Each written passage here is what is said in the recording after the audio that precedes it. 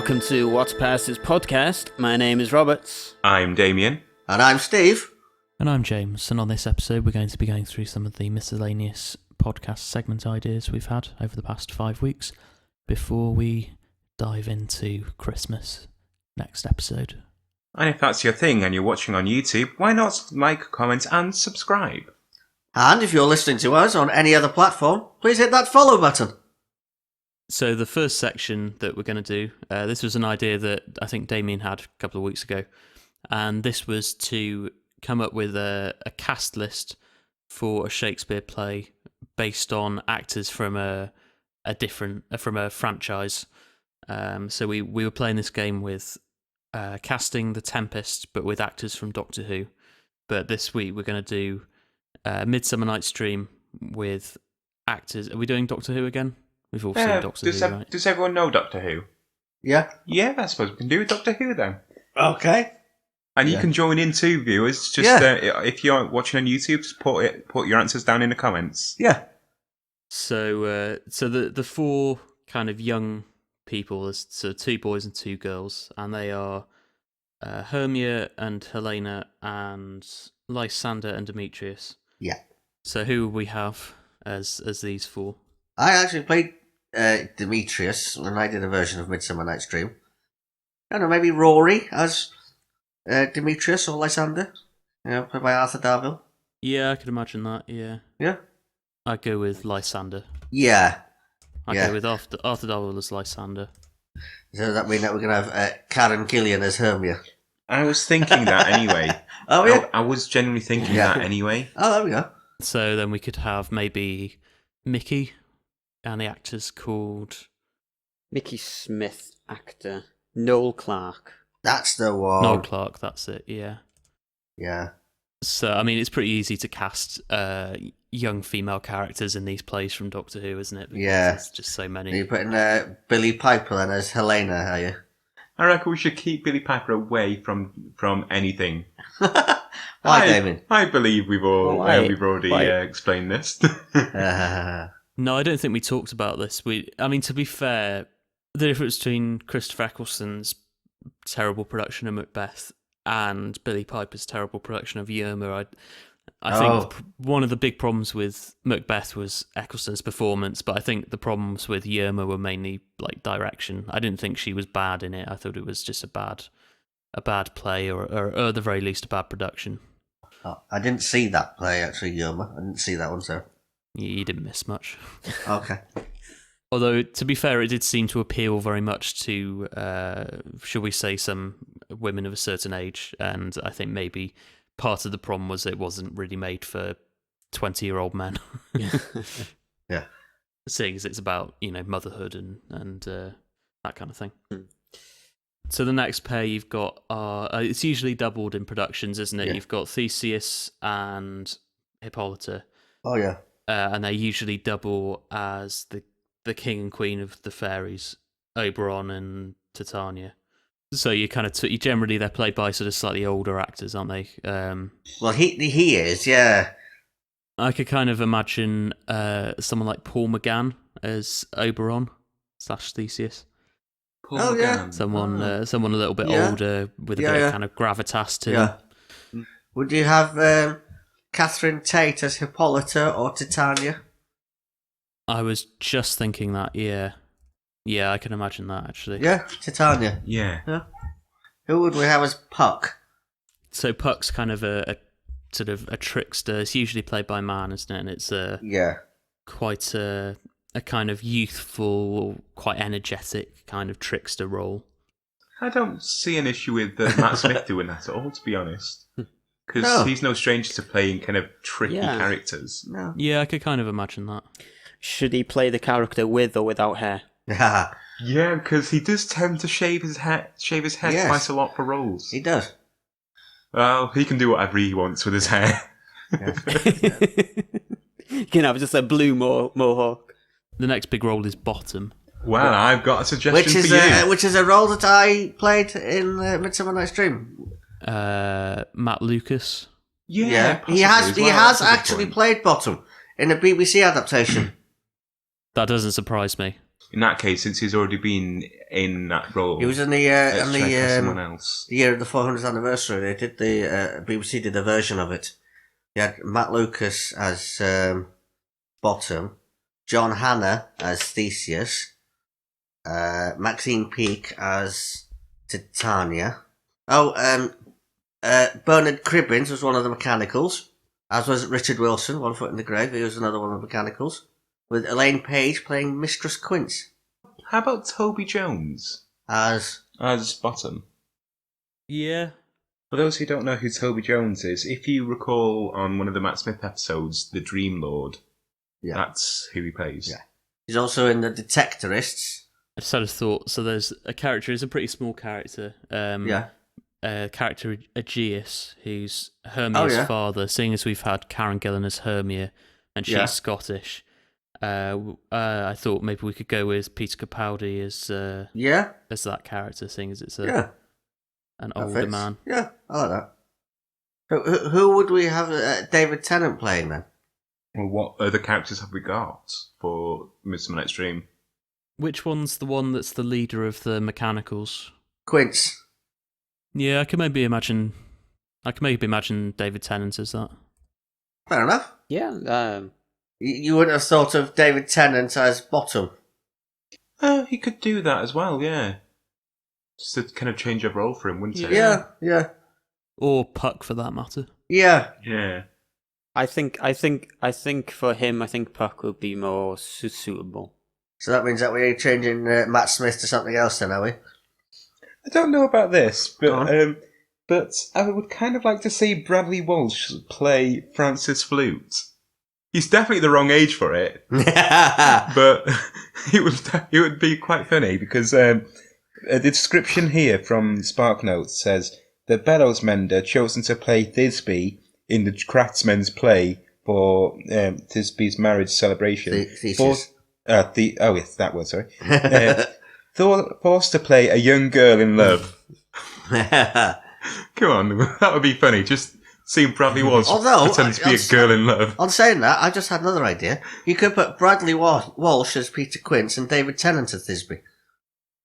Not Thisbe, Francis Flute, I mean. Plays for Thisbe. I think Bradley Walsh would be alright as Peter Quince, trying to get his group of fellows together. I think that would work. And maybe David Tennant as Francis Flute, possibly. I thought David Tennant was Puck. Oh, well, okay then.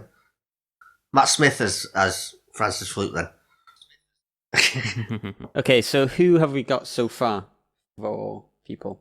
So far we've got Arthur Darvill as Lysander, Noel Clarke as Demetrius, Karen Gillan as Hermia, Billy Piper as Helena, Paul McGann as Oberon and Theseus, Catherine Tate as Titania and Hippolyta, David Tennant as Puck, Toby Jones as Bottom, Peter Capaldi as Aegeus, Bradley Walsh as Quince, and Matt Smith as one of the mechanicals. I can't remember which one we said. There's Francis Flute, I think, wasn't it? Alright, so who are we having as Snout? So who would play the character that you played, do you reckon, Damon? Because you played Snout, didn't you? Play the character that I played. Ooh, this would be quite funny. Go on. Michelle Gomez, the one who played Missy. Actually, yeah, she could either play Hippolyta or Titania, and Catherine Tate play the other. Yeah. You don't have to have the same one playing both, can you? Do you? Yeah, I suppose so. Well, John Barrowman could also play Snout. Yeah? John Barrowman, I forgot about him. John Barrowman would be quite an interesting Bottom. Would he now? That's not what I meant, Damian. I can kind of imagine Sylvester McCoy as one of the mechanicals, actually. Yeah. Yes. Because he plays kind of comedy roles quite a lot. Yeah. He can play Tom Snout then. Fair enough. Were we going to have Michelle Gomez as maybe Hippolyta or Titania? Yeah, one or the other, and then Catherine Tate as the other. I think it'll work either way, actually, with them two. I can imagine them alternating the roles from one performance to the next. Yeah. How about that? Yeah. We've got one more mechanical. And what is that other mechanical? Which one's that one? Is it Starveling? Starveling, yeah. Which one does he play? Yeah, Robin Starveling is one of the mechanicals, is the tailor. In a play within a play, he plays Thisbe's mother, And also, he ends up playing the part of Moonshine. I don't know, this is a very weird one. Go on. But Penelope Wilton, the woman who goes, Harriet Jones, former Prime Minister. Yeah. Yes, we know who she is. But more specifically, though, I'm thinking about Penelope's role within Shaun of the Dead. Oh yeah. Just how out of this world she was. Yeah, out of it. Yeah. Yeah. I know what you mean. Yeah. Yeah. Okay. Yeah. That'd work. I saw a couple of years ago. I saw a production of The Winter's Tale from the Globe Theatre that starred Annette Badland. Oh yeah. In it, who was the woman that played Margaret Slitheen, I think. Yeah. Character is. Yeah. So she obviously does Shakespearean acting. Yes, obviously. Now we've got the four fairies of Titania's who attend to Bottom when she falls in love with him. And so you four of them. Peas Blossom, Cobweb, Moat, and Mustard Seed. Maybe Pearl Mackie. As One of them. I'm just going to name Peas four things Blossom. now. I was thinking Sasha Dawan. I don't know how to pronounce that. Yeah, the Can one you who's pronounce playing it? the new master, you mean? Do you know how to pronounce Sasha Dawan. Sasha Dawan. Sasha Dawan. Yeah, you could possibly Yeah. play one of these. Yeah. Nothing stopping a male playing one. Be- Jenna Coleman. It- There's another one. You could have 4 females or 2 males, 2 females, whatever. Because that's what we did, wasn't it? 2 males, 2 females. Yeah. One other one that we've forgotten that we haven't cast yet is John Sim. Or you could have him and Paul McCann, one as Oberon and the other as Theseus. Yeah. So we've got the only ones we've got left are Moth and Mustard Seed. Moth, yeah. I reckon K9 as Moth. Yeah, that'd be good. Getting K9 involved somewhere. K9 as Moth and Nicholas Briggs as the voice of the Daleks for Mustard Seed. Yeah, it's now the fairies as some of them characters. One is K9, the other's a Dalek, the other's a Cyberman. Who's the third? Who's the fourth? Fantastic The cast. The actor who voices K9 is 77 years old. Is he? Yeah. Wow. John Leeson. Oh, okay. I saw him at a convention. Oh, that's nice. It's funny because he did the voice just on stage, and he just does the voice. There's no like processing on it. It's literally he just does the voice as you hear it, pretty much. Cool. I could have the one that plays Martha as the other one. Freema. Yeah. Freema Agyeman. Yeah, that's it. The guy that plays Strax is called Dan Starkey. Dan Starkey. Thank you. Well, if we keep with the idea of having two men and 2 women. Yeah. All right, I think we've got our list then. So we've got. Shall I go through the list from the start? So we've got Arthur Darvill as Lysander, Noel Clarke as Demetrius, Karen Gillan as Hermia, Yeah. Billy Piper as Helena, Mm-hmm. John Sim / Paul McGann as Oberon and Theseus, Yeah. Michelle Gomez / Catherine Tate as Titania and Hippolyta, Yeah. David Tennant as Puck, Toby Jones as Bottom, Peter Capaldi as Aegeus, Bradley Walsh as Quince, Matt Smith as Flute, Sylvester McCoy as Snout, Penelope Wilton as Starveling, Pearl Mackie as Peas Blossom, Sasha Dewan as Cobweb, Dan Starkey as Moth, and Freema Agyeman as Mustard Seed. And there we have, I hope, a play fitted. Well, that sounds good to me. Yeah.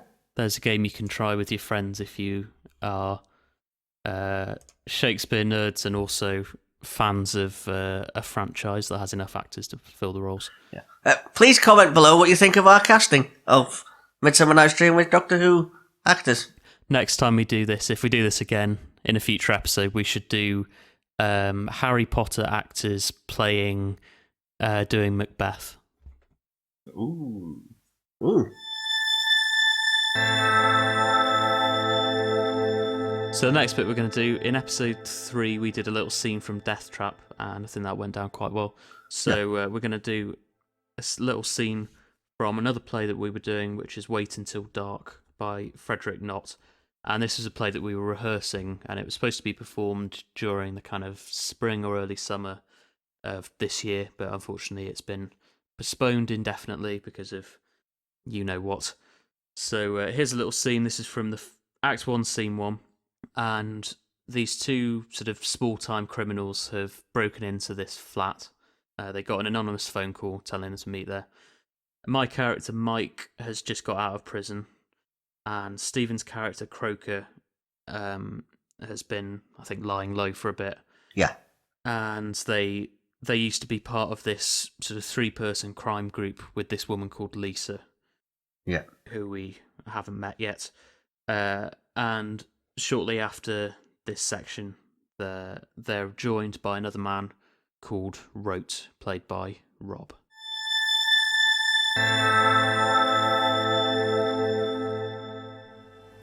What did he sound like? What did who sound like? The Joker who phoned.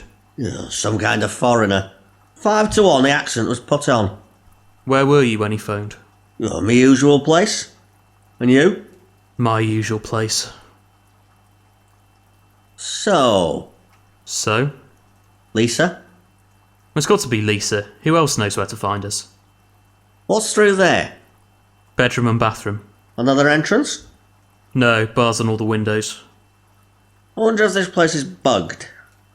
Lisa! Shh! Shut up! Come out, wherever you are.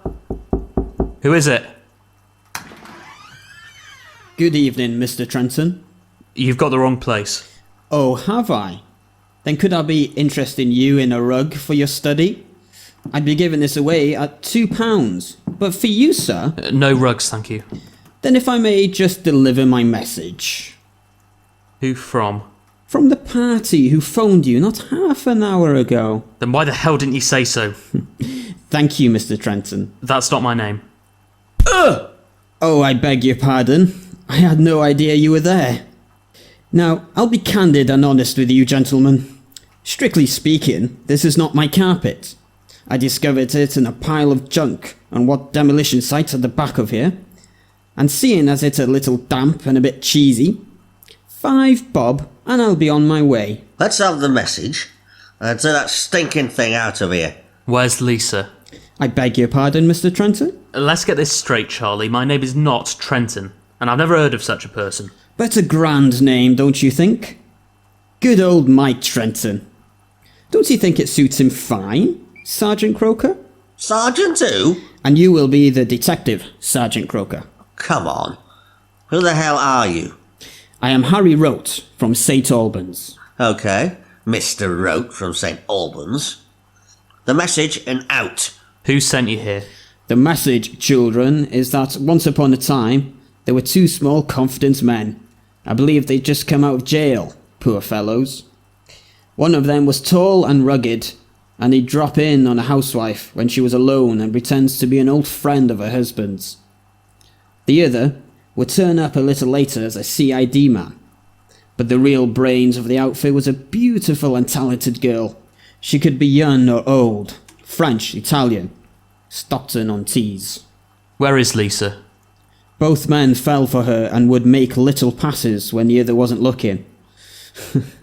With a quite pathetic lack of success.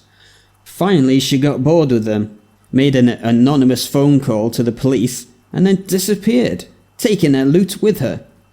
As they say, there's no one quite so gullible as a con man in love.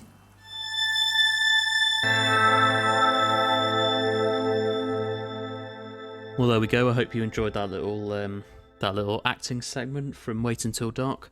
If you want to hear more of that, why don't you comment down below and let us know what you'd like us to read. Well done to Rob as well. He'd never read that 3 before, so that was good. And Rob's now going to read us a little section from a book he's got called Tips for Actors. And who's the book by, Rob? The book is by Fergus Craig. Fergus Craig. Okay. Good old Fergie. Good old Fergie. Why don't you take it away? Okay, so the first tip I have is how to behave on your first day of rehearsals. So, the first day of rehearsals is always nerve-wracking. The likelihood is that you won't know many of the cast, and you, of course, want to create a good impression. There are a number of ways to do this. If you're not already a recognisable face in the industry, your first concern should be to make sure that everyone knows you're a professional actor to be reckoned with. Always walk in wearing the t-shirt of another production you've been in. This says loud and clear, think twice before underestimating me. I was in a regional touring production of chess. Don't rely just on the t-shirt though. You need to keep reminding people that you've worked before. Say things like, "Oh, a clock. We had one of those in the rehearsal room for Jonathan Creek, in which I played a police officer for not one, but 2 episodes." Here's a nice trick you can try. When the director asks if anyone has any questions before the first read-through, put your hand up and say, "How many credits are allowed in our program entries?" Because I have 24, 28 including rehearsal read-ins. The first read-through is very important. There is no getting away with the fact that all of the actors are judging each other on how they perform. If you stumble over a word, there is a very real chance that you could be sacked on the spot. In some more brutal Eastern European theatre companies, an actor is often shot for less. This is why I recommend reading as quietly as possible. That way, if you do make a mistake, no one will know. If anyone complains that they can't hear you, shout, "Acting is about listening. You're obviously not listening hard enough." If somebody else messes up, then this is a great opportunity to get on the director's side early by tutting. In fact, a tutting is an underused tool by actors throughout the business. If any actor makes a mistake of any kind within a 5-mile radius of you, you should always be there with an undermining tut. The worse everyone else is at acting, the better chance you have of getting ahead. Tuts are a superb way of knocking people's confidence. I am proud to say that I can think of no less than 3 actors who have given up acting altogether, thanks to my persistent tutting. Lovely, thank you for that, Rob. I think I might have to get that book, or hopefully we can hear some more from that in future segments. Okay, so moving on. The next section is we're going to do a short quiz. This week it was my turn to think of some questions. So I've come up with 5 questions from a Zoom quiz I did months ago during the first lockdown. So they're on musical theatre. So there are 5 questions in all. And the question number 1 is, name the opening song from the musical Wicked.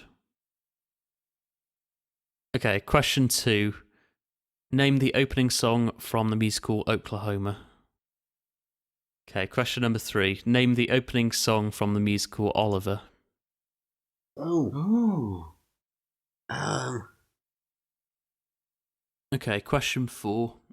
Name the end of Act 1 song from the musical Les Miserables. And finally, name the end of Act 1 song from the musical Mamma Mia. Okay. Number 1, name the opening song from Wicked.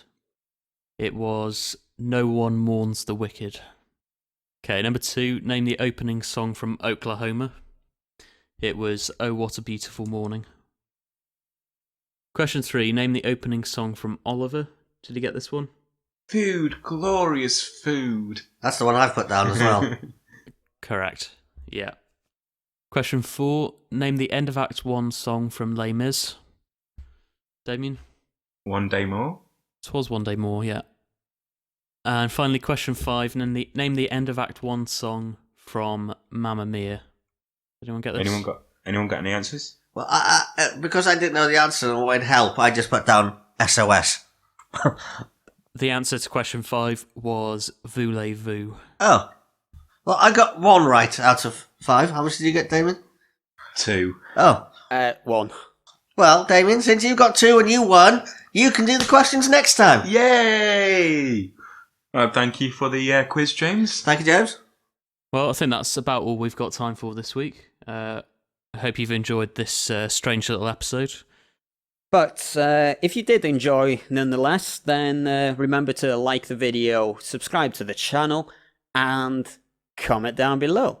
And if you're watching on any other platform, then please hit that follow button. This podcast is now available on most streaming platforms, including Bandcamp, YouTube, and Spotify. Also, check out the links in the description for our other channels and websites. And on that point, it's goodbye from me. Goodbye from me. And it's a goodbye from me.